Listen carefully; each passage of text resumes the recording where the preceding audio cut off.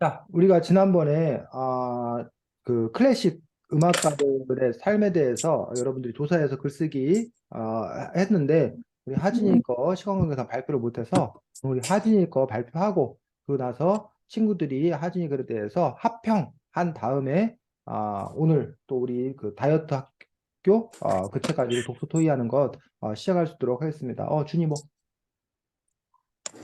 그 오늘 그 누나는 안 오나요?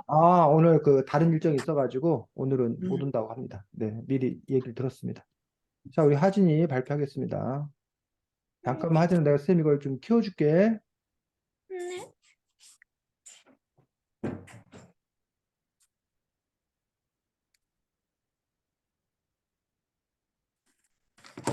자, 하진이 발표하겠습니다. 네. 내가 조사, 내가 조사하게 된 음악가는 체르니이다. 체르니는 3살 때부터 피아노를 치기 시작했고, 7살 때 처음으로 작곡을 하게 되었다고 한다. 그리고 체르니의 스승인 베토벤도 아주 유명한데, 베토벤은 제자를 고르는 기준이 굉장히 엄격하여서 베토벤의 제자가 된 사람은 아무도 없었다. 물론 체르니가 나타나기 전까진 말이다. 하지만 까다롭기로 소문난 베토벤이 인정해 제자로 받아들일 만큼 체르니는 굉장한 실력을 가지고 있었고 그때 체르니의 나이는 겨우 10살 때였다. 그렇게 체르니는 그렇게 체르니는 베토벤의 제자가 되고 이제 혼자서도 독주회가 가능할 정도의 실력이 된다. 하지만 체르니는 무대에 서는 일이 많지 않았다. 이유는 체르니는 무대 공포증이 있었고 그의 성격은 매우 내성적이어서 청중들을 대하는 게 매우 어색했기 때문이다. 체르니는 자신이 무대에 서지 않는 대신에 다른 음악가들을 아낌없이 도와주었다. 프레드리크 쇼팽 한 번쯤은 들어본 이름일 것이다. 쇼팽은 체르니와 함께 연주한 후 이렇게 말했다. 인간 체르니는 그의 작품보다 더욱 따뜻했다고 말이다. 프란츠 리스트는 8살 때 체르니에게 피아노 교습을 요청하기 위해 오게 되었다. 그리고 그때부터 프란츠 리스트는 체르니의 제자가 된다. 그때 체르니의 나이는 29살이었다. 사실 체르니는 20대 때 음악가로서 제대로 활동하지 못했다. 원래 음악가들이 왕성하게 활동해야 할 시기를 놓쳐버린 것이다. 이유는 앞서 말했듯이 무서운 같은 굉장히 내성적인 성격, 체르니의 성향 때문이었다. 체르니는 그런 자신의 성향 때문에 자신의 실력을 발휘하지 못하자 음악 평론가에게서 싸늘한 소리만이 들려왔고 결국 그러한 이유로 체르니는 음악가로서의 꿈을 접어버리게 된다. 바로 자신에게 맞는 꿈을 찾고 체르니 언스콕 시리즈라는 악보를 내게 된다. 체르니는 피아노 교육자가 되기로 마음먹은 것이다. 체르니 연습곡 시리즈 피아노를 처음 접해본 사람들이 피아노를 쉽게 배울 수 있도록 만들어진 악보이다. 이 체르니 연습곡 시리즈는 어디에서나 쉽게 볼 수 있고 아마 피아노 학원에 가면 있을 것이고 볼 수 있다. 아마 피아노 학원에 가면 있을 것이고 서점에도 보일 것이다. 그렇게 체르니는 피아노 교육자로서 이름을 알리게 되었다. 그리고 그는 세상에 떠날 때 음악학교에 전재산을 기부하게 되었고 그는 훌륭한 피아노 연주가로서 우리의 기억 속에 남을 것이다. 네, 수고했습니다. 우리 준이부터 우리 하진이 글에 대해서 칭찬과 지적을 해주면 됩니다. 해? 일단은, 윤하, 윤하진?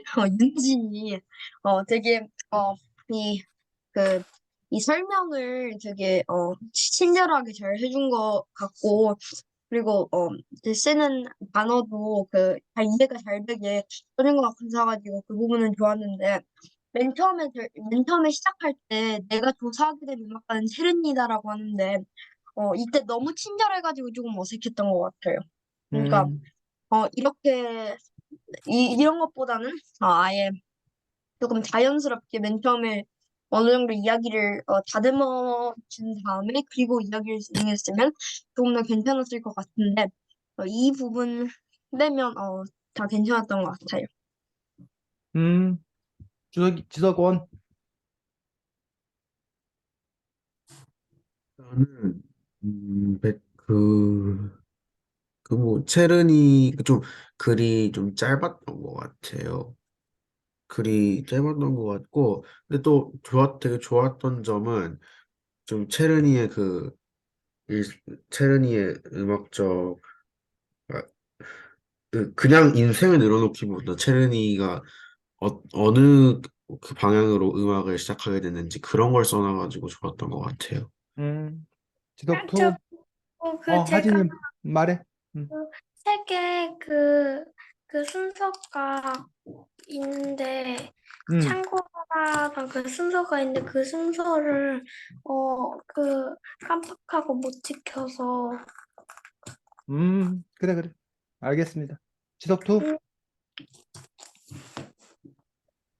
음, 일단 그 문장의 연결성은 괜찮다고 생각이 드는데,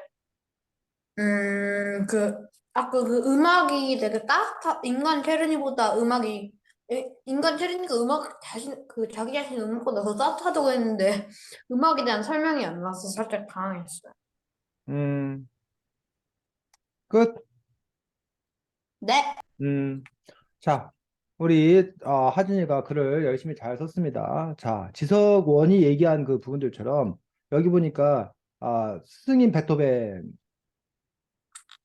그 다음에 무대 공포증을 가진 체르니, 그 다음에 쇼팽과의 친분, 그 다음에 제자 프란츠 리스트, 그 다음에 음악 피아노 교육자 체르니, 마지막에 이제 막 전재산 기부, 요 정도를 지금 뭐 한 거야? 하진이가 정보를 준 거야.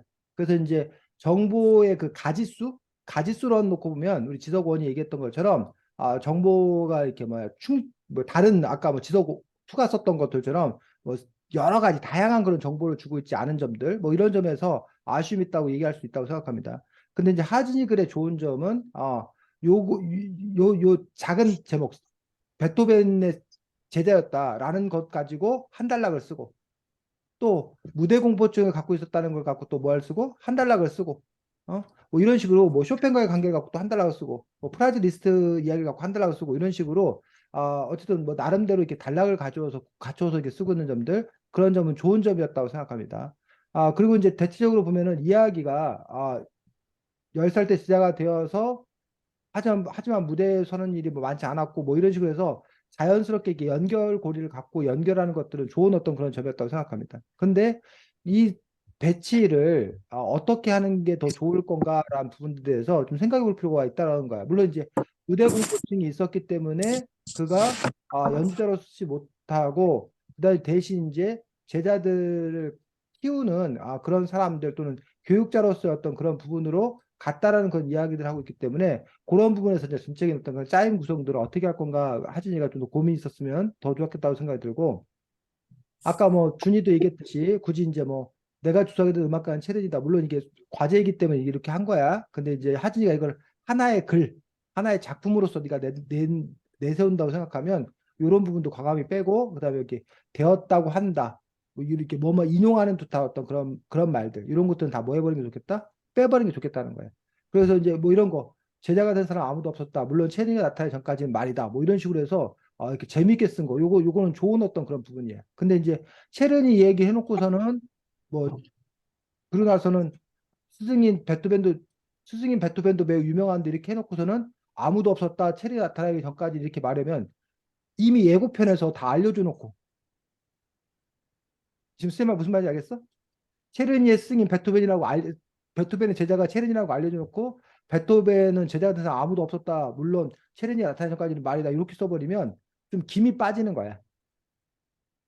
지금 쌤 얘기 이해가 되더라? 그러면 차라리 네가 이 앞에서 베토벤이 얼마나 위대한 베토벤이었나. 하지만 그는 아주 이렇게 성격이 까탈해가지고 제자를 둔 사람이 없었다. 그리고 나서 그냥 누구?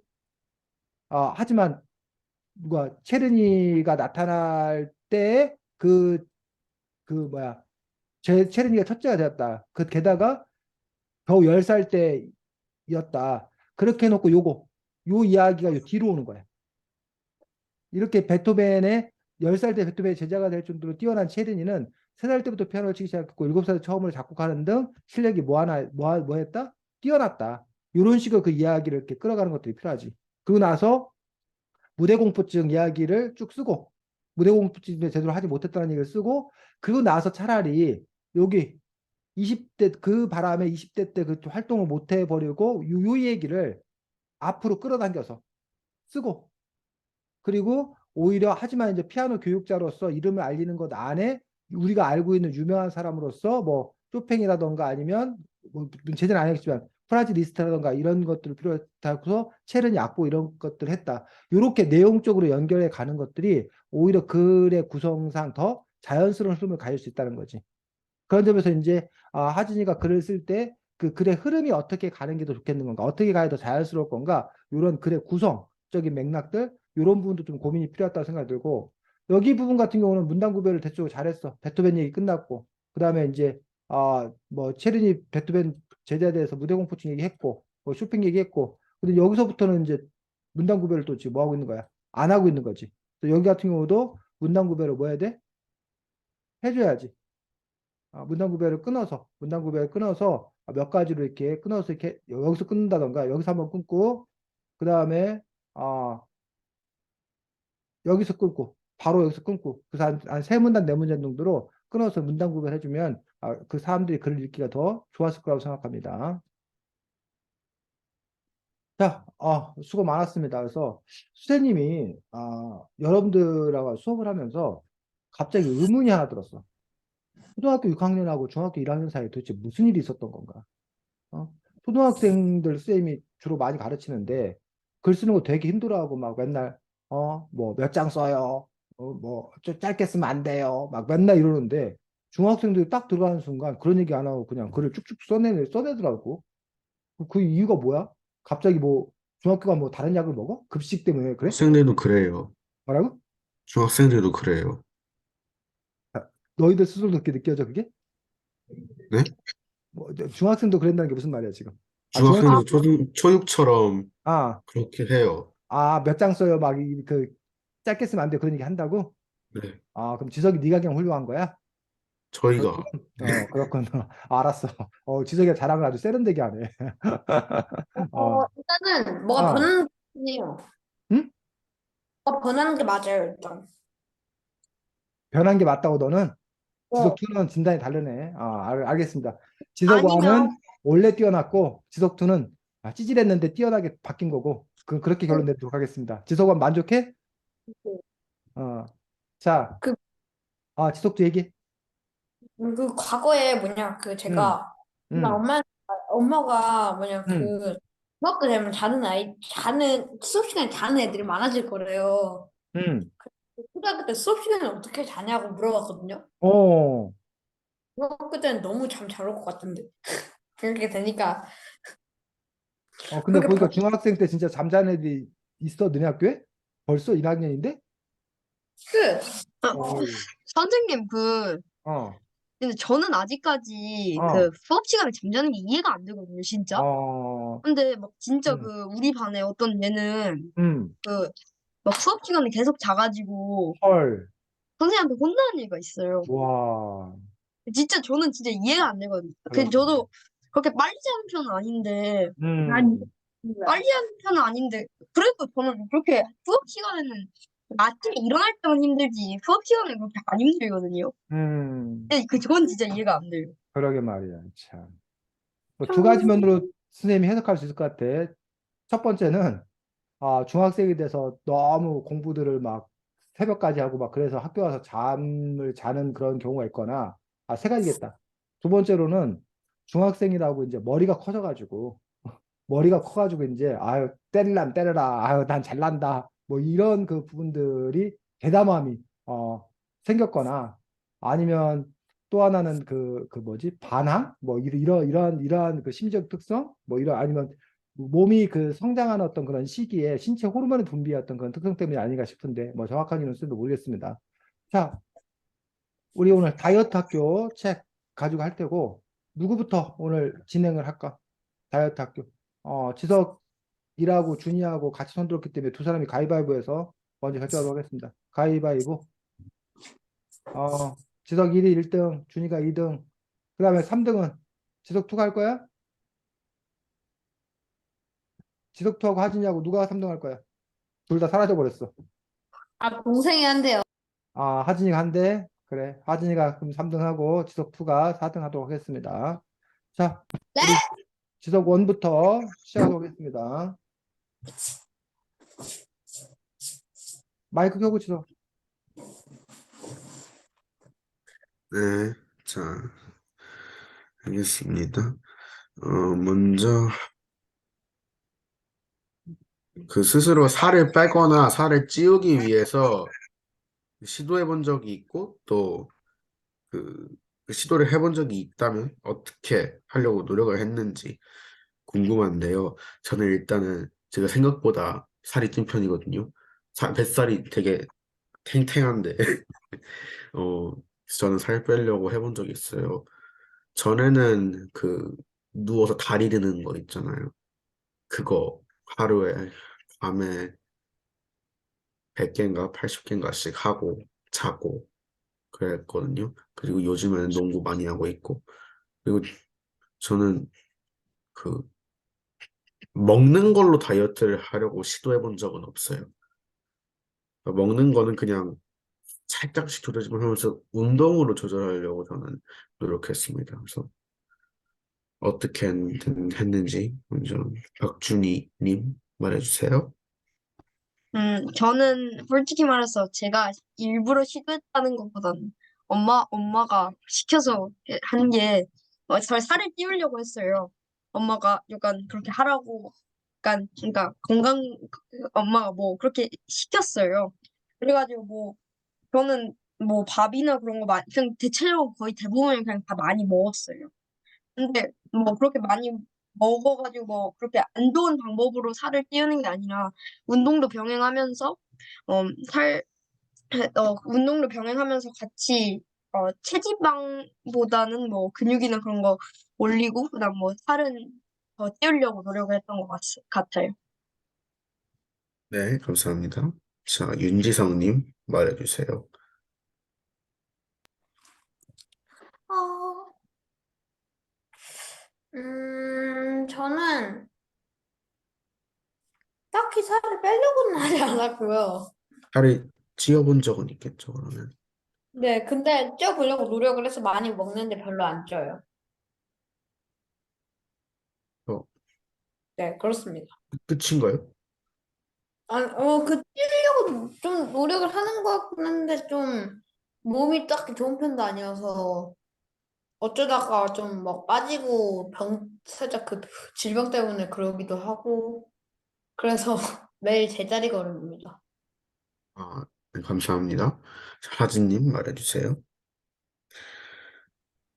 저는 둘 다 살을 찌려거나 빼보려고 시도는 해본 적이 없는 것 같아요. 네, 알겠습니다. 선생님 말씀해 주세요. 네, 저는 고등학교 때 지금 키는 똑같았는데 몸무게는 지금보다 20kg가 더 작았습니다.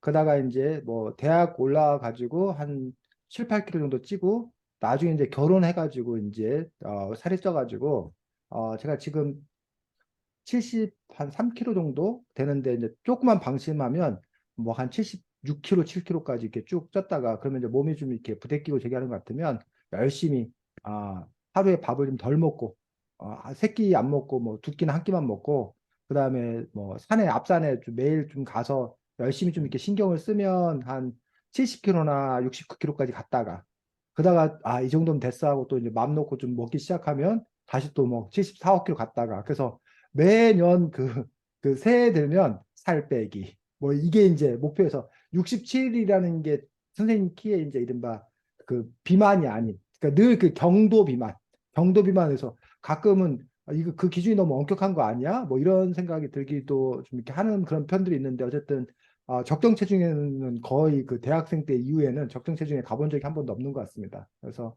그것 때문에 알게 모르게 그 뚱뚱하면 뭐 이렇게 배 나오면 뭐 이런 식으로 이제 뭐 지방이 많아가지고 건강에 좋지 않다라고 계속 스트레스를 좀 이렇게 주기 때문에 옆에서 그래서 이제 체중 관리 차원에서 이렇게 살을 빼려고 하는 어떤 그런 그 생각들을 갖고 있고, 어쨌든 시기마다 살을 빼려고 노력하는데 방법은 두 가지 있죠. 아까 말했듯이 야식 안 먹고 뭐 맥주 안 마시고 그다음에 밥도 그 공깃밥에서 좀 덜어내고 뭐 이런 노력 플러스 많이 움직이기. 많이 움직이기 두 가지라는데 고통스럽습니다.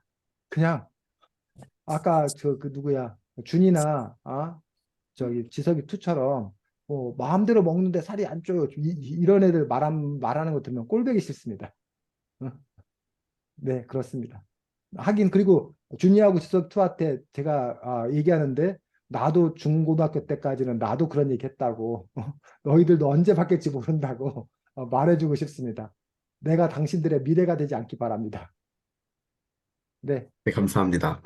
그러면 여기서 하진님 빼고 모두 살을 빼거나 찌우거나 하려고 노력을 하신 거잖아요. 그러면은 그런다면 그럼 그렇게 살을 빼거나 찌우기 위한, 즉 다이어트를 하기 위한 바람직한 방법은 무엇이라고 생각하는지 그 의견을 말씀해 주시기 바랍니다. 일단 저는 무작정 안 먹거나 원푸드 다이어트 이거는 진짜 절대 하면 안 된다고 생각합니다. 정말 절대요. 그러니까 사람이 기본적으로 몸을 움직이거나 또 좀 뭐야 생명력을 얻기 위해서는 음식이 필요한데 그거를 먹지 않아서 살을 빼면은 좀 신체적으로 좀 건강이 상하거나 좀 약해질 수도 있고 또 요요현상도 쉽게 일어나잖아요. 그래서 제 생각에는 먹기는 먹되 조절해서 먹는 거. 이것이 가장 중요하다고 생각합니다. 예를 들면은 그 물론 물론 단백질, 탄수화물, 지방을 모두 골고루 섭취해야 하긴 하지만 그래도 탄수화물, 단백질, 지방보다 무기질 먹는 양을 조금 더 늘리고 또 늦은 시간이나 너무 이른 시간에 무언가를 칼로리 높은 음식을 먹지 않고 그런 식으로 식이요법을 이용하는 것이 가장 좋은 것 같습니다. 물론 운동도 병행하면 더 좋고요. 박준님 말해주세요. 저도 지석님과 어느 정도 같은 의견인데, 일단은 운동은 살을 빼거나 살을 찌울 때 말고도 그냥 언제나 운동은 저는 해야 된다고 생각하고요. 운동은 언제나 하면서 뭐 살을 빼는 경우에는 식단을 뭐 엄청나게 안 먹고 그러진 않지만 그래도 어느 정도 줄여야 된다고는 생각하고요. 빼는 경우에는. 그리고 그다음에 살을 찌우는 경우에는 저 어느 정도 밥을 조금 더 조금 더 먹거나 이런 게 필요하다고 생각합니다. 그다음에 몸에 좋지, 뭐, 살을 찌운다고 막 고칼로리에 막 햄버거나 막 치킨이나 그런 거를 살을 찌운다고 자주 먹는 경우에 사람들이 있는데 이런 거는 진짜 안 좋고, 그다음에 살을 뺄 때도 막 그런 사람들 있잖아요. 막 원푸드 다이어트 한다고 막 포도만 먹고 막 그런 경우를 제가 한번 봤는데, 근데 그런 경우에는 그때 했을 때 단기적으로는 뭐, 살이 빠지는데, 이제 그거를 멈출 때부터 하면 원래, 원래 체중보다 더 찐다고 하더라고요. 그래가지고, 운동을 병행하면서 식단 조절을 하는 게 가장 좋다고 생각합니다. 네, 윤지성님 말해주세요.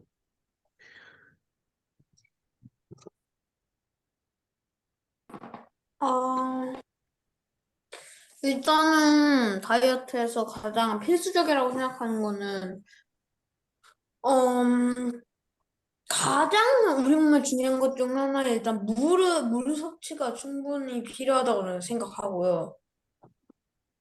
그리고 음 그리고 밥을 또 너무 안 먹거나 이런 거는 유기질이 또 부족하면 안 되니까 그런 것들은 좀 일단 먹어야 하면서 식단 양을 살짝 줄이는 게 좋긴 하겠죠. 그냥 일단은 충분한 만큼만, 필요한 만큼만 딱 먹고, 운동을 좀 양을 늘리는 게 맞다고 저는 생각합니다. 네, 하진님 말해주세요.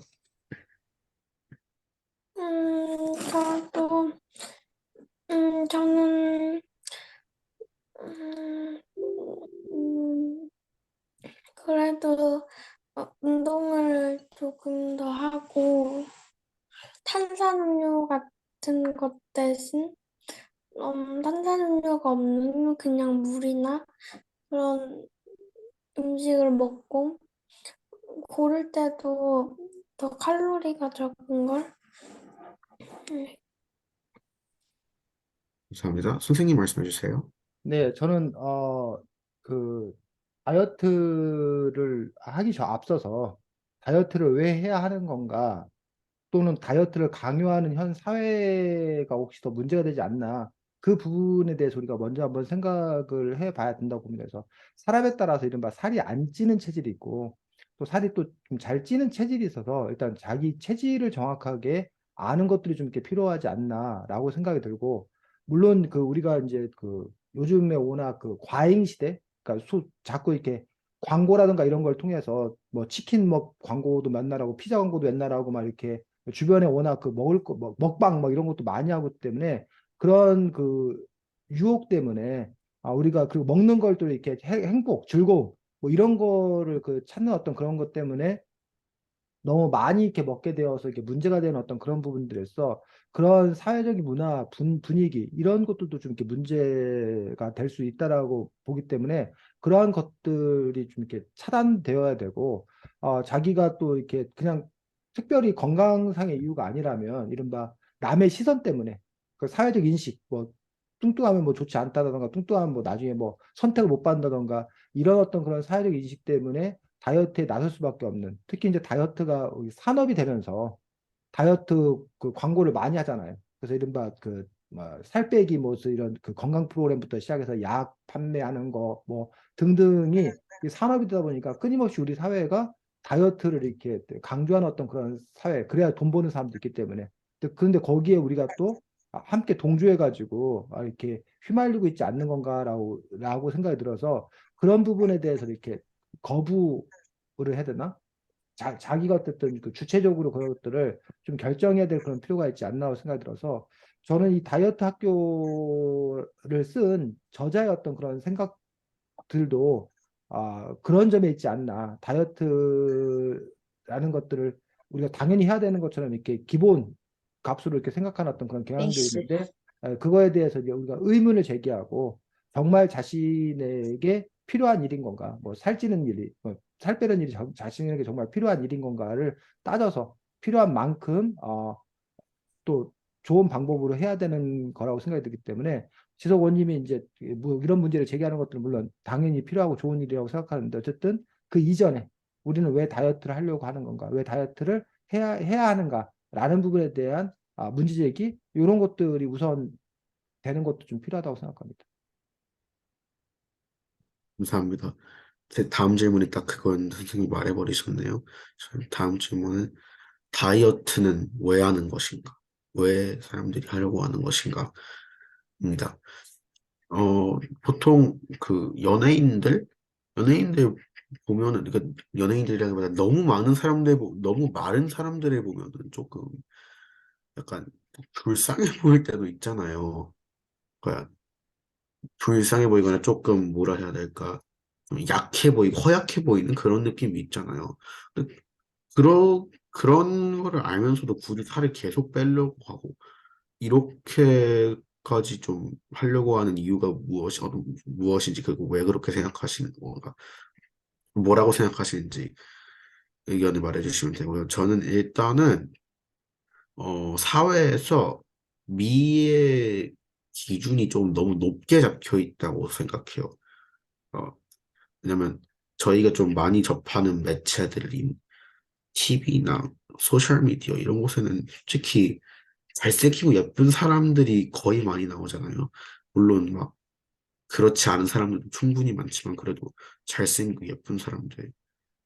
저희가 많이 즐기는 드라마만 봐도 배우들이 다 막 몇몇 배우들이 빼면 다 막 완전 잘생기고 완전 뭐라 해야 될까 조각 같고 그렇잖아요. 그래서 이런 좀 저희가 접하는 이런 매체들에서 미의 기준이 너무 높게 잡혀 있어서 사람들이 좀 자신도 아름다워지고 싶어서 다이어트를 과도하게 하는 것이라고 생각합니다. 저는 준이님 말해주세요.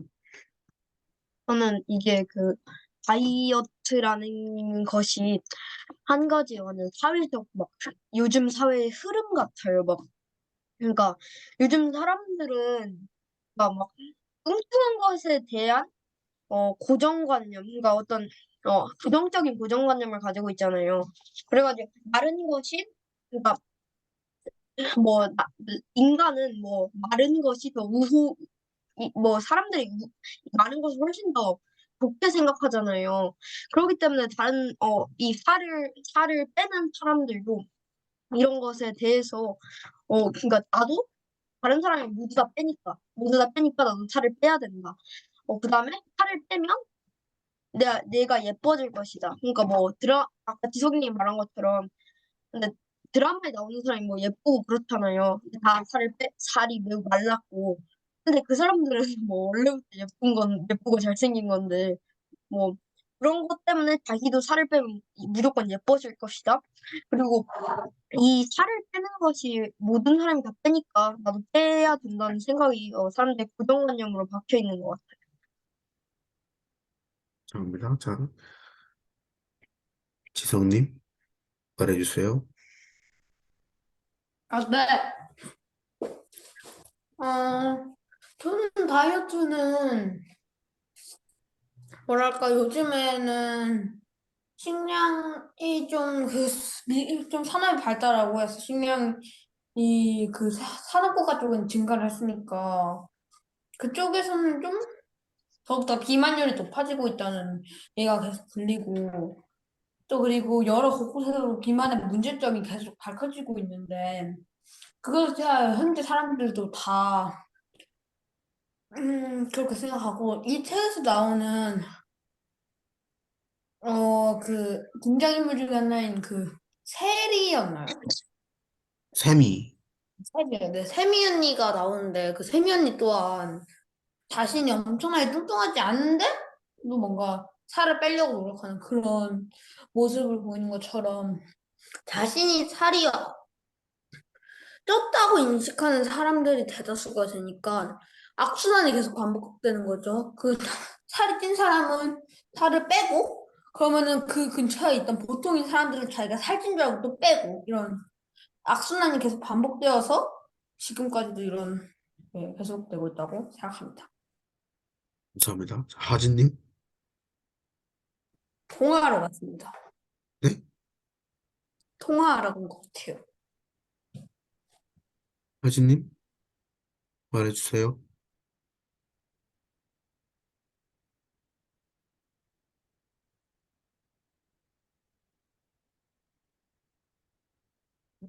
마이크 켜고 하지로.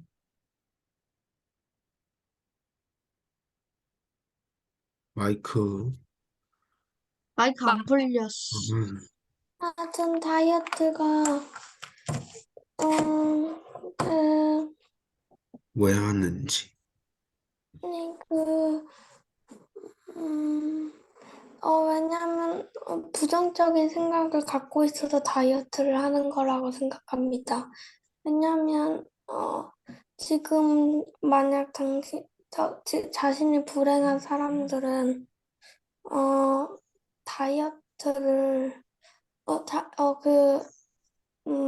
무언가 핑계를 돌려서 자신이 불행하다고 하기 때문에 그런 걸 살로 인식해서 그렇게 다이어트를 하고 삶이 나아질 거라고 생각을 하는 게 아닐까.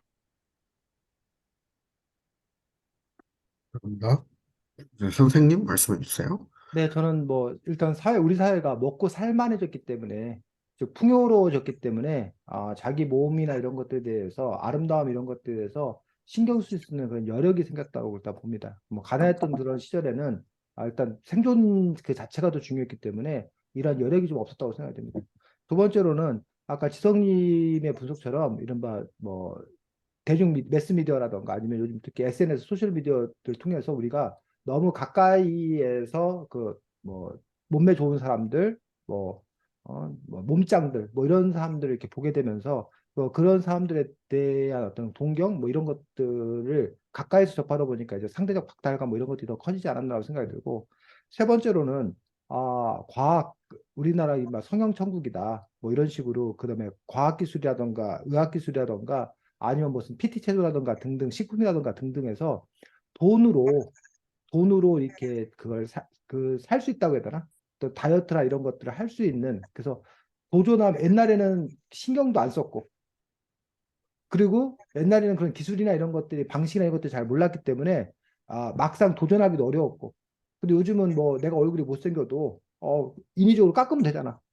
지방 흡입술을 이렇게 해버리면 되잖아. 뭐 이런 식으로 어쨌든 돈만 있으면 도전할 수 있는 어떤 그런 여건들 뭐 이런 것들이 좀 이렇게 갖춰지다 보니까 그러한 여러 가지 것들이 이제 이렇게 맞물려 가지고 다이어트 이것들이 아까 말했듯이 기본값으로 되는 그런 그 경향들이 좀 이렇게 있지 않나 라고 뭐 생각이 듭니다. 그리고 이건 안 좋은 얘기입니다. 안 좋은 얘기.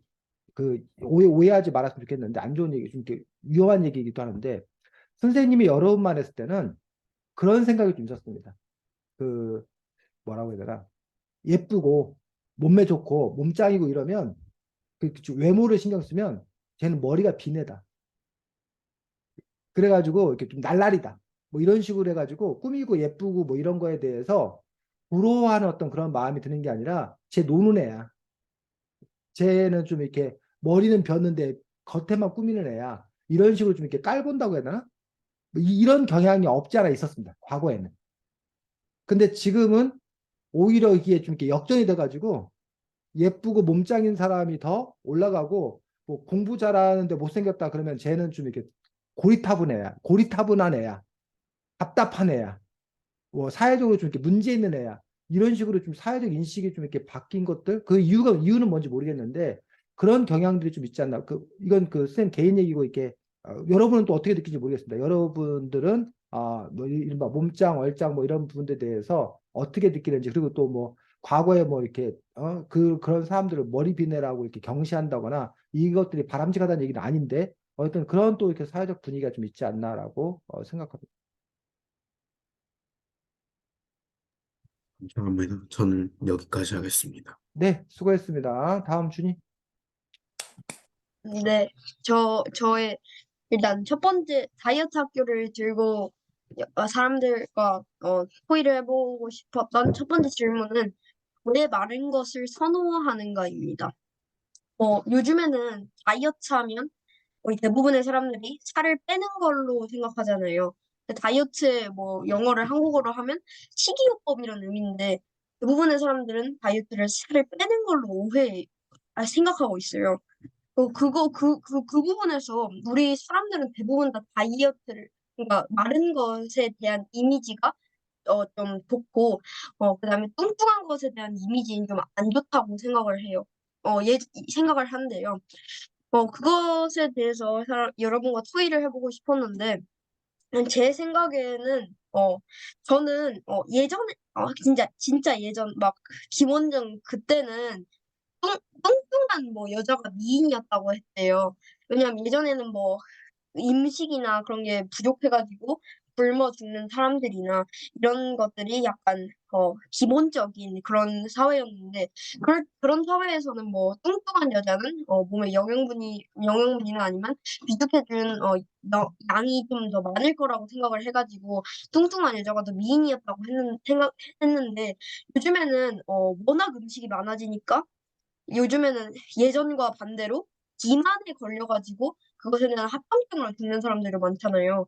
그래가지고 음식이 많아지니까 예전엔 뚱뚱한 사람들이 미인이었다면 지금 반대로 마른 사람이 미인이 된 거죠. 그것 때문에 저는 요즘엔 음식이 너무 풍부하고 그다음에 사회의 뚱뚱한 거에 부정적인 시선, 사회의 흐름 그런 것 때문에 저는 마른 것을 사람들이 요즘엔 더 선호한다고 생각을 하는데 여러분은 어떻게 생각하는지 궁금했습니다. 네, 지석 원님 얘기해 주세요. 잠깐 이따 말해도 될까요? 아, 네. 그러면 하진님 얘기해 주세요. 마이크 켜고 하지. 저도 조금 이따가 말하겠습니다. 네, 그럼 지석투님 얘기해 주세요. 살짝 질문 이해가. 왜 요즘 사회에 뚱뚱한 사람보다 마른 사람, 뭐 날씬한 더 사람을 더 선호하게 되었는지 그런 사회적인 그런 그 인식이 생겨난 까닭이 무엇이라고 보는지. 그래서 준이의 그 응? 고민 지점은 과거에는 오히려 뭐 오히려 덩치가 좋은 사람, 뚱뚱한 사람이 더 이제 뭐야 나은 인물이고 뭐 마른 인물에 대해서는 가난한 사람 뭐 이런 식의 어떤 그런 인식이 있었는데 왜 그것들이 바뀌었는지에 대해서 준이가 지금 이렇게 질문을 한 거고 준이의 분석은 오히려 풍요로워졌기 때문에다라고 지금 나름 그리고 의학적인 이유 이런 이유가 있지 않나라고 지금 준이는 분석한 걸로 쌤은 이해를 했습니다. 제가 생각하는 이유는요. 우선 과거에는 이 여러 가지 이유가 있어서 뚱뚱한 사람이 좀 멋있다 이런 식으로 했는데 첫 번째는 체지방이 많아야지 몸 안에 있는 체온 유지가 더 잘 돼가지고 그런 거라고 생각하고요. 두 번째는 아까 주인님이 말했던 것처럼 그 돈이 많고 이런 음식을 많이 먹는 그런 사람들이 뚱뚱해갖고 그런 사람들이 더 존경이 돼서 라고 생각했는데요. 어, 제 생각에는 살짝 저희 역사랑 관련 있는 것 같기도 하거든요.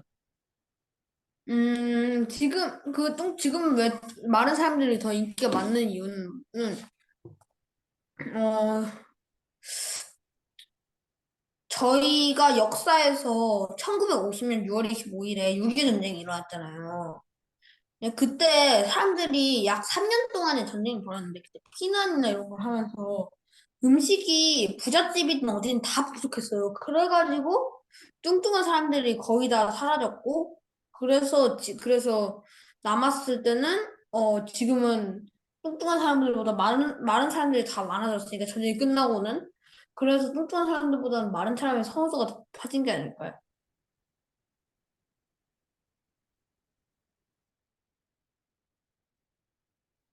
준이 진행해. 네, 잘 들었습니다. 그다음에 지석원님 얘기해 주세요. 어, 저는 일단 사람들이 한 가지 나쁜 점이 있으면은 다른 것도 다 나쁠 거라고 생각하는 경향이 있기 때문에 그렇게 생각하는 것 같아요. 요즘 들어서 비만인 사람들이 좀 합병증 등이 걸릴 확률도 높아지고 당뇨병 걸릴 확률도 높아지고 또 그 뚱뚱한 사람들은 어쩔 수 없이 좀 중력의 힘을 많이 받으니 그 몸이 둔할 수밖에 없잖아요. 그래서 그런 한두 개의 나쁜 이유 때문에 이 사람은 뚱뚱해가지고 어떻게 할 것이다 라는 고정관념이 하나둘씩 파생되기 시작해서 결국은 비만 혐오? 그런 것까지 이게 오게 된 것 같습니다. 네, 좋은 의견 감사합니다. 그다음에 하디님 얘기해 주세요. 어, 저는, 저는, 사람들이 문화적으로 지금, 발달해서라고 생각합니다. 음, 문화적으로 발달을 해서 사람들이, 어, 네, 그래서, 어, 끝인가요? 네. 네. 그다음에 선생님 얘기해 주세요. 네, 선생님으로서 얘기하는 건 아니고 저도 그냥 한 개인으로서 그냥 제 나름 준이의 어떤 그런 질문을 듣고서 왜 그럴까라고 저도 이제 나름대로 지금 고민을 해본 결과 몇 가지 를 생각해 봤는데, 첫 번째는 그 과학과 의학의 발달 때문이 아니겠나라는 생각을 해봤습니다. 그러니까 예전에는, 이렇게 당연히 그냥 이렇게 빨리 죽는 거, 이거 너무나 당연하게 생겼게 했는데, 오래 살지 못한다고 생각했었는데, 지금 이제 어쨌든 의학기술이나 과학기술이 발달함으로써 사람들 수명이 연장되면서, 어떻게 하면 오래 건강하게 살 건가라고 하면서 어쨌든 건강과 그 비만, 이것들의 어떤 상관관계, 이런 것들이 좀 이렇게 밝혀져서 의학적인 어떤 그런 부분들로 밝혀졌기 때문에 그런 부분에 대한 어떤 그 뚱뚱한 것에 대한 어떤 공포 이런 것도 좀 있지 않나라는 그런 생각들을 해봤었고 두 번째로는 서양의 영향 우리나라가 이제 그 아까 6.25 전쟁 얘기했었는데 그게 이제 미군들 많이 들어오고 우리가 서양 특히 이제 우리가 미국과 교류 뭐 이런 것들을 많이 하게 되면서 사실 우리나라 사람들 안에 마음 안에 백인들에 대한 동경 그 미국 사람들에 대한 어떤 그런 그 유럽 사람들에 대해서 좀 이렇게 높이 생각하는 그런 마음이 없지 않아 우리 의식에는 좀 있다고 생각합니다. 뭐 여러분은 어떨지 모르겠지만 그러다 보니까 이제 키 크고 늘씬한 그런 사람들에 대한 어떤 그런 동경이 있어서 우리도 좀 이제 더 키가 커지고 뭐 해야겠다 이런 생각에 영향을 좀 받은 거 아닌가라고 생각이 들고 가장 결정적인 문제는 앞에서 여러분도 얘기했지만 저는 돈과 관련된 그런 문제가 아니겠나 생각합니다. 그래서 준이가 아까 얘기했듯이 과거에 선생님이 여러분만 했을 때도 정말로 이렇게 배 나온 아저씨는 우리 사장님이에요, 사장님. 그리고 배 나온 걸 인격이라고, 인격. 인격이 훌륭한 분이라고 생각했지 그 아저씨를 게으르거나 문제 있거나라고 생각하지 않았어. 그래서 그 배가 나왔다는 얘기는 뭐냐면 그 사람이 육체 노동을 하지 않아도 된다는 뜻이에요. 그러니까 그 사람이 육체 노동하지 않아도 된다는 것은 뭐냐면 그 사람이 그 지주 땅이 많은 부자거나 아니면 사장님이거나 이러니까 이 사람이 좀 한가하게 놀 수 있어가지고 살도 찌는 거야. 그러니까 살이 찌는 게 이른바 경제적 부를 상징했다는 거야. 과거에는. 그럼 지금도 그렇지 않냐라고 그러는데 지금은 바뀐 것들이 예를 들면 그 미국을 기준으로 했을 때 가난한 사람과 부자들 중에 누가 더 뚱뚱하더라? 부자? 가난한 사람들이 훨씬 많이 뚱뚱한 그 비만 비율이 훨씬 높아. 그 가난한 사람 비만 비율이 훨씬 높은 이유가 뭐냐면 바로 패스트푸드 때문에. 값싼 햄버거 이런 거가 그 사람들이 이제 그 빨리 그 먹고 일하고 가기 때문에 뭐 감자튀김, 뭐 치킨, 뭐 햄버거 이런 거를 그냥 이렇게 막 먹는다는 얘기예요. 그에 비해서 이제 막 건강식 갖춰진 음식 같은 경우는 시간도 오래 걸리고 비용도 비싸. 그리고 요즘엔 또 유기농 이런 좋은 식당 같은 경우는 이게 비싸다는 거예요. 그리고 요즘엔 또 이제 이른바 그 스포츠가 발달했잖아. 그래가지고 골프 치러 가고. 근데 이런 것들이 다 시간도 있고 돈도 있어야 되는 거야. 근데 시간도 없고 돈도 없는 사람들은 뭐 하는 거야? 일하다가 지쳐갖고 와서 그냥 먹고 그냥 뭐 하는 거야? 자는 거야. 아니면 기껏해야 할 수 있는 것들이 앉아가지고 뭐 보는 거? 텔레비 보는 거, TV 보는 거. 이러다 보니까 활동량 이런 것들이 줄어들고 그러다 보니까 상대적으로 이렇게 비만해지는 그런 부분들이어서 오히려 그 비만한 어떤 그런 사람들이 더 이제 사회적으로 계층적으로 낮은 어떤 그런 사람들 그리고 이제 날씬한 어떤 그런 사람들이 오히려 좋은 식단에 운동을 할 수 있는 자기 관리를 할 수 있는 어떤 그런 사람이라는 사회적 인식이 어떤 그런 변화가 있는 것 아닌가라는 뭐 그런 생각을 지금 뭐 이렇게 듣고서 생각을 해봤는데 아까도 말했지만 이게 무슨 어떤 뭐 책에 뭐 이렇게 과학적으로 증명된 거 이것도 아니고 그냥 선생님이 생각하기에 이렇게 생각할 수도 있겠다라고 생각합니다. 네. 네, 모두 좋은 의견 잘 드렸고요. 그다음에 두 번째는 여기 책에도 나왔지만 사회적으로도 그렇고 왜 여자가 더 다이어트에 매달리는가가 두 번째 질문이었습니다. 이 책에도 보면 전체 인원 수의 70% 정도가 여자라고 나오는데 이 책에 뭐 50명 중에 거의 35명 정도가 여자고 남은 15명 정도가 남자라고 나와요. 근데 이 부분에서 왜 여자가 다이어트에 매달리는가? 왜 남자하고 여자하고 왜 다이어트에 매달리는 거에 차이성이 있는가? 이런 부분이 좀 궁금했는데요. 일단은 이거는 약간 사람들의 고정관념이라고 저는 생각하는데 약간 사람들의 생각에는 뭐 남자는 뭐 약간 근육이 있고 그러면 약간 체격이 크고 그렇게 해가지고 뭐 그럼 뭐 이거는 좀 남성성을 뭐 그렇게 생각하는 게 약간 있는 것 같아요. 그리고 뭐 여자는 약간 마르고 여성성이 있는 그런 생각이 사람들의 고정관념 속에 박혀 있는 것 같은데 그래가지고 여자가 조금 더 이 사람들의 인식에 맞추기 위해 가지고 그런 걸 하는 것이 아닌가 전 이런 생각이 들었습니다. 네, 지석투님 얘기해 주세요. 지석2. 저는요, 이것 또한도 역사랑 관련있다고 생각이 듭니다. 역사에서 교육 초반을 제외하면 대부분이 남자 위주로의 남자 위주로 되었어요. 보면은 정치의 왕들도 저희 역사에서 98%가 거의 단 3명을 제외하고는 다 그 남자였고요. 그리고 또 양반층 또한 대부분이 남자고, 그리고 여자들은 살짝 그 좀 떨어진 이런 인식이 좀 있었기에 그 인식은 거의 일제시대에 돼서야 풀려났으니까 그러니까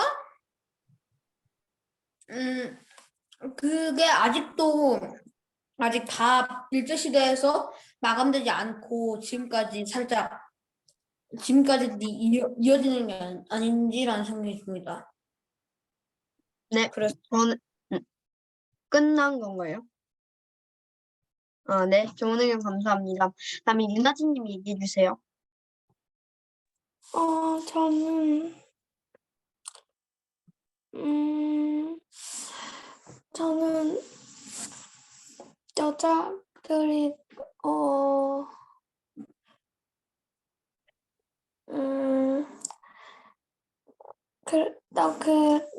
남자들보다 그 사이즈가 좀 적다고 하더라고요. 옷 사이즈가. 그래서 그거에 맞추려고 해서 더 다이어트에 예민한 게 아닌가 싶습니다. 네, 의견 감사합니다. 그다음에 지석 원님 얘기해 주세요.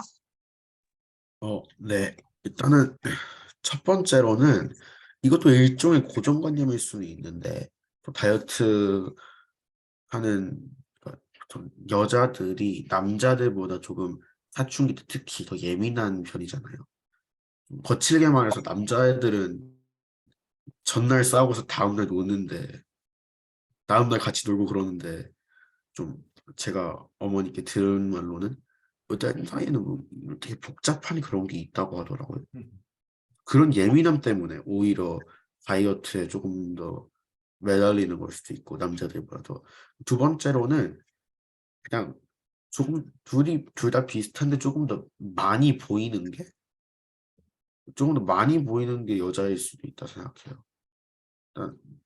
일단은 남자애들은 일단 많이 신경을 안 쓰기도 하지만 그래도 막 엄청 많이 신경 쓰잖아요. 그래도 많은 사람들이 다이어트에. 그런데 그게 여자들보다 오히려 남자들이 덜 드러나서, 그래서 오히려 여자가 다이어트 하는 사람이 많은 것처럼 보일 수도 있다고 생각합니다. 네, 좋은 의견 감사하고요. 선생님 얘기해 주세요. 네, 저도 여러분들이 한 부분들과 같은 맥락이어서 일단 여자들 자체가 남자들에 비해서 굳이 나눈다면 조금 더 이렇게 민감하고 예민한 것 같습니다. 그 아름다움에 대한 관심, 뭐 이런 그 꾸미는 거에 대해서 상대적으로 이렇게 놓고 봤을 때 남자들에 비해서 좀 더 민감하고 관심도 많고 하기 때문에 인 것 아닌가라고 생각이 들고, 두 번째 이유로는 아까 뭐 그 가부장적 사회에 대한 이야기들을 했었는데, 남성 중심 사회에 대한 이야기를 했었는데, 남자들이 모이면 어쨌든 그 여자들 사귈 때 제일 유익 기준이 예쁘냐? 뭐 이런 식으로 맨날 걔 이쁘냐? 뭐 이런 거를 그 기준으로 삼고, 그런 거에 여자들 역시 자유롭지 못하다 보니까 그거에 맞추어 어쩌면 이게 뭐 진화론적으로 놓고 봤을 때도 여자들 입장에서 좋은 남자를 만나고 싶어 하고, 좋은 남자들이 예쁜 여자를 찾고, 그러니까 자연히 예쁜 것에 관심을 갖고 있고, 뭐 이런 식의 어떤 그런 뭐 어쩌면 가장 기본적인 동물적인 어떤 그런 부분들의 요소들도 함께 있지 않나라고 생각이 들어서, 그러다 보니까 이제 여자들이 조금 더 이제 민감한 거 아닌가라고 생각이 드는데, 최근 들어서 그러한 것들이 좀 이렇게 바뀌고 있다고 생각합니다. 그 여성의 권력이 좀 더 커지고 이러면서 남자들 뭐 남녀 그 성에 대한 그 구별들이 그 모호해지면서, 이른바 남자들 중에도 이제 화장하는 남자들에 관한 이야기들도 뭐 많이 나오기 시작하고, 외모에 관심을 갖고 있는 남자들도 많이 나오게 되어서, 이제 이 추세가 좀 더 가다 보면 이 남녀의 문제가 아닌 걸로 좀 바뀌지 않을까라는 어떤 그런 생각을 합니다.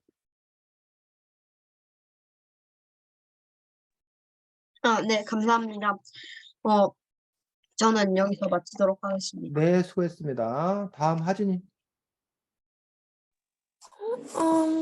저는 그 다이어트 학교 같은 살짝 살짝 그 학생들이 지원을 해서 살이 빠지거나 살을 찌우게 해주는 그런 학교에 대해 어떻게 생각하는지를 묻고 싶고요. 일단 저는 그런 학교는 이런 있어도 되지만 다이어트 학교처럼 그 책에 나온 그 다이어트 학교처럼 강압적인 분위기거나 학생들에게 욕설을 내뱉거나 그런 거는 보통 학교랑 규정이 비슷하고 그리고 네, 보통 학교처럼 항통하지만 운동을 양만 늘리거나 살짝 그런 것만 네, 살짝 기본적인 것만 있으면 전 다이어트 학교는 있어도 된다고 생각합니다. 그러면 윤지석 원님부터. 네. 제 생각에는 다이어트 학교는 조금 그러니까 다이어트 학교라는 게 다 같이 합숙하면서 살 빼는 거에 집중하는 것이잖아요. 그래서 저는 오히려 막 욕설이나 이런 것도 충분히 문제가 되지만 저는 한 곳에다가 가둬놓고 하나에 집중시키는 거 이런 게 조금 더 뭐라 해야 될까? 좀 더 문제가 된다고 생각하거든요. 물론 보통 막 뭐 운동 학원 이런 데 가가지고 예를 들면 점핑 다이어트 같은 거 이런 거 하는 거는 충분히 할 수 있잖아요. 그거는 뭐 우리가 수학 공부 이런 거 하는 것처럼 가면서 하면 되는 거니까. 근데 오직 다이어트만을 위해서 40명의 아이를 한 공간에 넣어서 그것만 시키는 거. 이거는 좀 약간 학대라는 건 너무 심한 것 같고 좀 문제가 좀 된다고 생각해요. 그래서 문제가 된다고 생각해서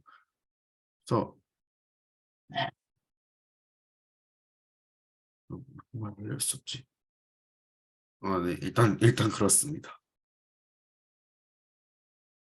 네, 감사합니다. 그리고 네, 박준희님. 네. 일단 저는 이런 다이어트 학교는 없어야 된다고 생각을 하고요. 그 이유는 이런 다이어트 학교가 생겨나면 진짜 사람들은 이 다이어트에 대한 강박감이 훨씬 더 심해질 거고 그리고 이런 다이어트 학교가 생겼다는 것은 뭐 사람들이 뭐 그런 뭐 다이어트가 진짜 필요하다는 그런 생각을 진짜 가지게 될 수도 있잖아요. 그러면 사람들에 대한 약간 통체가 크거나 아니면 태생적으로 그런 사람들의 약간 뚱뚱한 사람들에 대한 인식은 훨씬 더 나빠질 수도 있고요. 그렇게 되면 다이어트가 기본적인 사람이 살아가면서 무조건 해야 되는 거를 확고하게 다리를 잡을 수도 있잖아요. 그렇기 때문에 이런 다이어트 학교는 없어야 마땅하지 않나라고 생각합니다. 네, 감사합니다. 그럼 윤지석 투님. 저 같은 경우는 일단은 이런 말을 하기 전에 첫 번째 의문이 들거든요. 아까 보면 홈페이지에서 다이어트 학교를 졸업한 학생들은 전부 다 살을 빼고 거의 대다수가 불만 없이 그리고 확실히 변화한 모습으로 밖으로 나갔다고 하는데 그러면은 이 학년에게만 그렇게 한 건지가 저는 의문이 들거든요. 아니면은 저 나갈 때 사람들 다 통제했다고 보나? 일단 그거 의문 들고 만약에 그런 게 있는 이 아이들과 같은 학년도인 학생들이라면은 다이어트 학교는 없는 게 맞겠지만 그 전 학생들과 같이 그런 살을 빼서 만족도가 높은 그런 상황이면은 있어 나쁘지는 않다고 생각해요. 근데 벌점 제도나 이런 건 좀 바꿔야 되겠다고 생각하고 네, 그렇습니다. 네, 감사합니다. 그럼 선생님. 네, 저 지석 투님의 문제 지적에 대해서 저도 역시 같은 문제 의식을 갖고 있었습니다. 이 책에도 보면 그 세미이라는 아이 같은 경우는 뭐 여러 차례 성공적으로 자기가 다이어트를 했다고 생각이 들고 그 더 높은 목표를 위해서 끊임없이 이게 나오내고, 그리고 세미는 노골적으로 얘기합니다. 그 뭐 다른 애랑 어울리지 말아라. 걔랑 어울리면 넌 실패할 수밖에 없다. 그리고 그 애들이 불만을 가진 애들, 잘 못하는 애들이지 않냐라고 얘기를 하고, 원장 쌤 역시 똑같이 너네가 뒤처지는 애들이 불평불만을 하는 거다라는 부분에서 진짜 그런 건가? 그리고 이제 많은 그 나온 사람들이 그동안 그 뭐야 좋다라고 얘기하는 어떤 그런 부분들이 그러면 다 거짓인 건가라는 부분들에서 그 진실과 거짓을 도대체 어떻게 가려야 되나라는 부분들. 그래서 과거에 그 지금은 그 상상도 할 수 없는 일인데, 과거에는 선생님들이 아이들을 무차별하게 때렸어. 그런데 그 맞은 애들 중에는 그 때린 선생님이 뭐라고 하냐면, 내가 그래서 걔 인간 만들었다. 그러니까 그 맞은 애가 나중에 인간 돼가지고 나중에 찾아와서 선생님 너무 고맙습니다.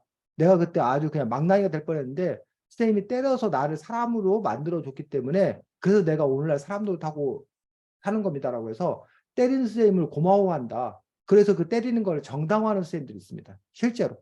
그리고 과거에는 때려서라도 가르쳐야 된다는 어떤 그런 생각들이 있었고, 그 폭언인 이건 선생님 고등학교 중학교 다닐 때만 해도 뭐 뺨 맞고 뭐 발로 뭐 까이고 뭐 이 개 XX 듣는 거는 그건 너무나 뭐한 일이었어? 자연스러운 일이었어. 그걸 가지고서 뭐 선생님이 폭력교사라는 이런 생각은 아예 애당초 할 수도 없었다는 얘기. 응? 그리고 오히려 그런 선생님이 훌륭한 선생님, 잘 가르치는 선생님, 이런 식의 어떤 그런 사회적 분위기, 문화가 있었다는 거예요.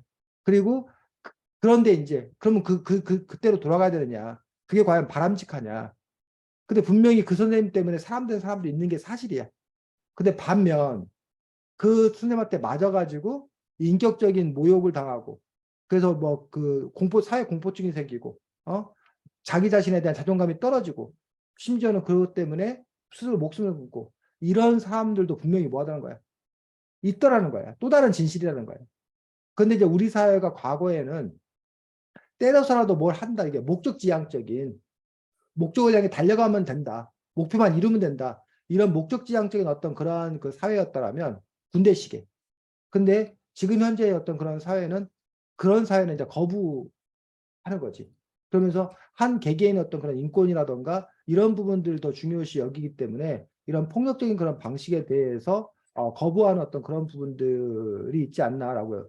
저는 그래서 지석이 어떤 그런 질문에 대해서는 제가 생각하기에 말 답을 한다라면 그런 맥락이라고 생각이 들고, 다이어트 학교라는 어떤 그런 측면에서 다이어트 학교가 저는 정말 다이어트를 혼자 힘으로 할 수 없는, 그래서 치료와 도움이 필요한 소수를 위해서라면 그 다이어트 학교가 그들을 돕는 방향으로 필요하다라고 생각을 합니다. 그런데 중심은 그 사람을 돕는 어떤 그런 방법인데, 교육이라는 게 좀 웃겨가지고, 그러니까 이 원장님이 그 아이들한테 서비스를 제공하는 사람인데, 근데 오히려 그러니까는 학생들이 갑이어야 되는데 주인이어야 되는데 오히려 그 원장님이 주인인 것처럼 돼버리는 그런 좀 이렇게 구조가 좀 뒤바뀌어 버리는 어떤 그런 부분들이 좀 이렇게 있는 것 같습니다. 그래서 저 스스로도 이제 그런 노력을 많이 하려고 합니다. 제가 여러분이 숙제를 안 해왔다. 그럴 때 여러분한테 내가 막 혼을 내고 화를 내고 하는 게 이게 교육적이라고 하지만, 만약에 여러분 부모님이 내가 부모님을 내가 가르치는데 그 부모님이 숙제를 안 해왔다. 그럼 내가 여러분한테 화를 내는 방식으로 그 부모님한테도 화를 낼 건가? 아마 그렇게 얘기하지 않고 그래도 숙제를 좀 해오시는 게 좋지 않을까요? 뭐 숙제를 해오셔야 뭐뭐 할 수 있지 않을까요? 이렇게 좀 바뀌지 않을까? 그렇다면 단지 나이 어리다는 이유만으로 내가 이렇게 강압적으로 대하고 하는 것들이 과연 맞는 건가라는 부분에서 같은 인격으로 과연 대우할 수 있겠는 건가라는 것을 저도 잘 안 됩니다. 솔직히 저도 안 되고 당연히 내가 그냥 이렇게 편하게 여러분들을 이렇게 누르고 뭐 이런 갑을 행사하고 그게 이제 조건이다라고 이렇게 생각하는 어떤 그런 부분도 있지만 그런 지점에서 좀 이렇게 반성을 하려고 하는 어떤 그런 부분들에서 그런 것들이 보장된다라면 다이어트 학교가 있어도 되지 않나라고 생각합니다. 하진아 준이 손 들었네. 저 화장실 한 번만 갔다 될까요? 네. 하진이 아, 다 했어? 네. 그럼 지석도 네. 어, 일단은 만일 내가 이 학교에 다 갔다면은 어,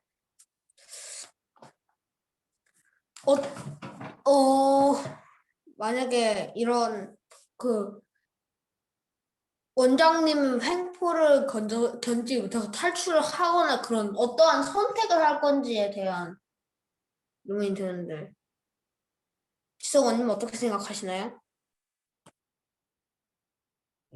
저는 근데 말할 그 이석 스님이 먼저 자신의 의견을 말하고 다른 사람한테 그건 물어보는 게 상관없어.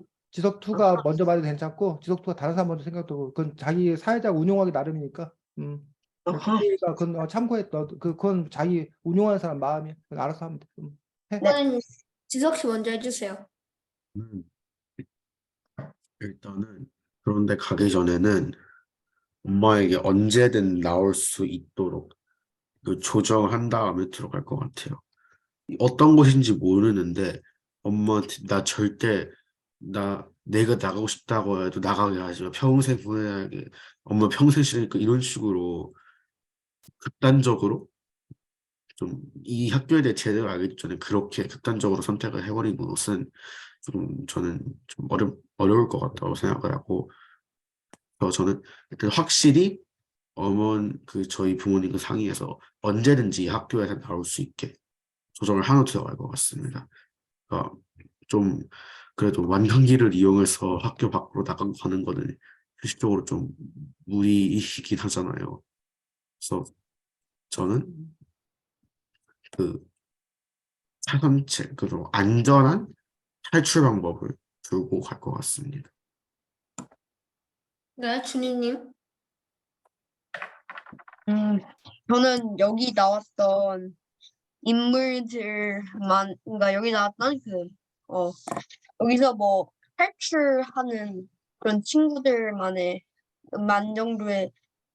정도의 깡은 없어가지고 저는 그 정도를 한번 참을 것 같고요. 그게 너무 힘들면 뭐 부모님한테 얘기하거나, 그러니까 저희 부모님은 뭐 그러니까 여기서 나왔던 다른 뭐 엄마 아빠처럼 뭐 엄청나게 뭐 무조건 있어라 막 이런 성향은 아니거든요. 그래가지고 뭐 원장이 뭐 갑질이나 막 그런 걸 하면 저는 엄마 아빠한테 말해가지고 바로 나갈 것 같고, 그리고 나가기가 싫다고 해도 일단 전 그냥 참을 것 같아요. 전 그렇게 엄청나게 뭐 분출하거나 그런 건 난 좀 문제를 크게 일으키는 게 약간 그냥 싫어가지고, 그래가지고 저는 좀 참아볼 것 같아요. 네, 하진님. 아,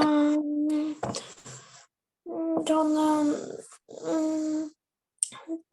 제가 만약 다이어트 학교에 간다면 좀 강압적인 것보단 자유롭거나 그런 환경이 더 좋다고 생각해서 저라면 바로 나갈 것 같아요. 저를 이렇게 존중하지 않는 선생님이나 학생이 있다면 좀 그럴 것 같고요. 네.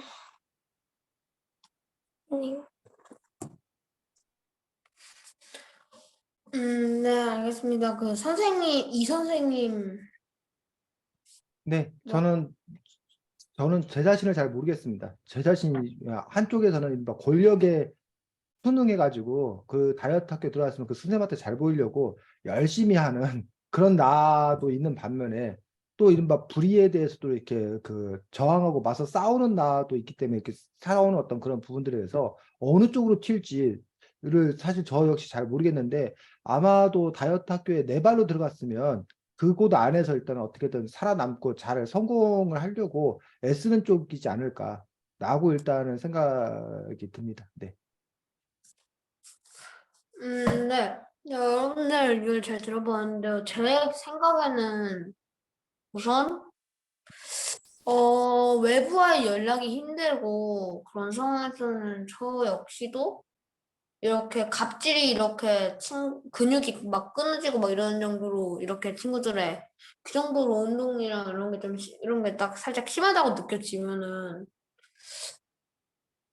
일단 저도 연락이 안 되니까 뭐 다른 사람한테 그 막 예를 들어서 그 청소부 아주머니나 이런 사람들한테라도 연락을 취하든가 아니면은 그 전화 시간이 있을 때 그 전화 시간에 직접 엄마한테 여기로 와달라고 하든가 아니면은 아까 말했던 탈출을 하는 것 같은데 제 생각에는 탈출을 왕관길을 내려가긴 좀 그러니까 우선은 계단으로 중앙 계단 말고 바깥쪽 계단으로 일단 내려가고 그리고 그 끝부분 계단으로 내려간 다음에 정문으로 하면 좀 여러 사람들한테 들키기 쉬우니까 바로 그 계단 바로 옆에 있는 창문을 통해서 탈출하는 게 가장 쉽다고 저는 생각합니다. 네. 네. 자, 지석이 혹시 더 할 거야? 아, 네. 아유, 그만하면 안 돼?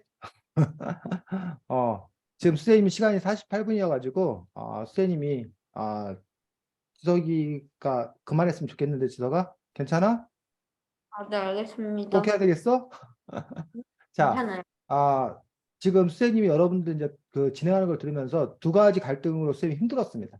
하나는 지금 여러분들의 논의와 우리가 토의하는 어떤 그런 과정들이 이거 자체가 여러분들에게 소중한 좋은 경험이고 또 의미 있는 어떤 그런 논의를 했다고 생각이 들어서 그대로 이렇게 놔둬야 된다는 어떤 그런 마음과 또 하나는 그래도 우리가 독서교실이고 다이어트 학교에 관한 책에 관해서 이야기를 좀 더 이렇게 집중적으로 좀 더 얘기해야 되지 않나. 물론 이게 넓은 범위에서 하면 이 얘기를 한 게 맞는 건데 조금 더 책에게 좀 직접적으로 해야 되지 않나라는 어떤 그런 고민들 때문에 이걸 어떻게 되나 하고 어쨌든 했는데 뭐 우리들의 논의가 어쨌든 의미 있었다고 생각이 듭니다. 그래서 그냥 책에서 한 부분만 확인하고 또 다음 주 글쓰기 과제 그 설명해야 될 부분들이 있기 때문에 책에서 한 부분만 일단 확인하도록 하겠습니다.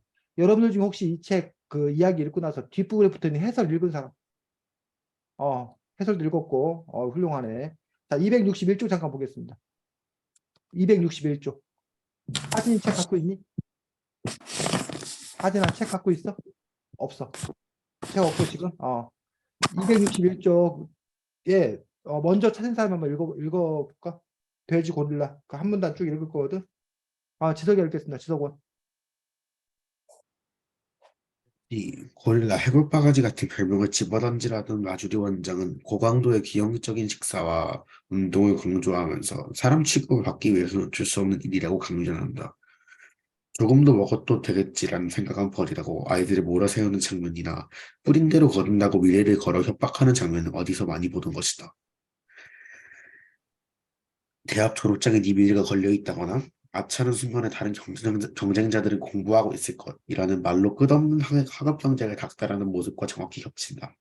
그뿐만이 아니다. 언제까지 비정규직으로 살 거냐. 이번 달 영업 실적이 조금만 내려가면 비정규직으로 전환시켜주지 않겠다. 점심 지치 말고 발이 닳도록 물건을 팔아라. 결산까지는 5주가 남았다는 직업 세계의 무한 경쟁 논리와도 똑같다. 자본주의 사회에서 성장하고 성숙하고 노화되는 내내 다람쥐 쳇바퀴 돌듯 비슷한 구문에 노출되고 시달려야 한다. 거기까지. 자, 지금 쌤이 이 부분을 읽으라고 한 이유는 뭐냐면 이 책이 다이어트 학교고 다이어트에 관해서 얘기하고 있는 것 같지만 다이어트 대신에 입시학원.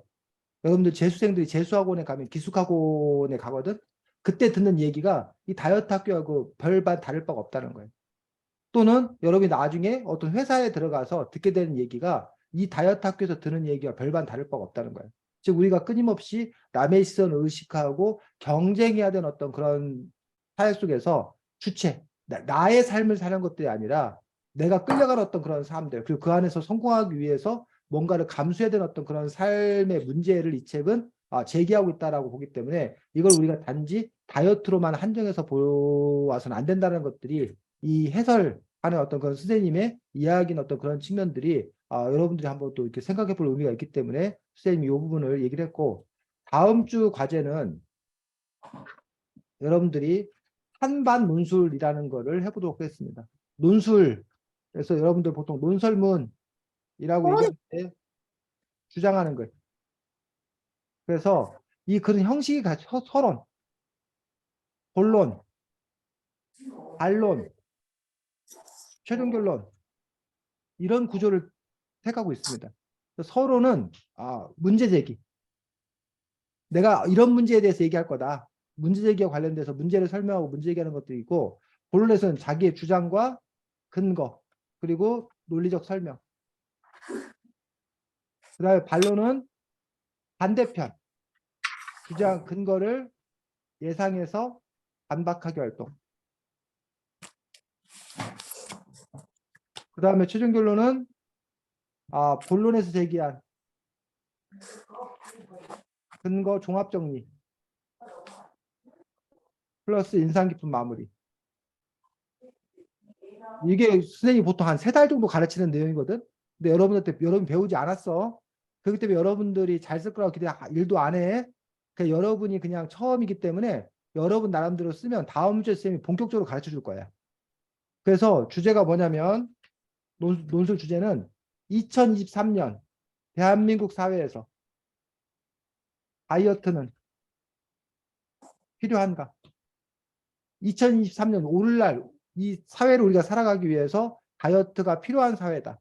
아니다, 다이어트 하지 않아도 되는 사회다. 이 부분에 대한 주제에서 여러분들이 필요하다 찬성, 필요하지 않다 반대.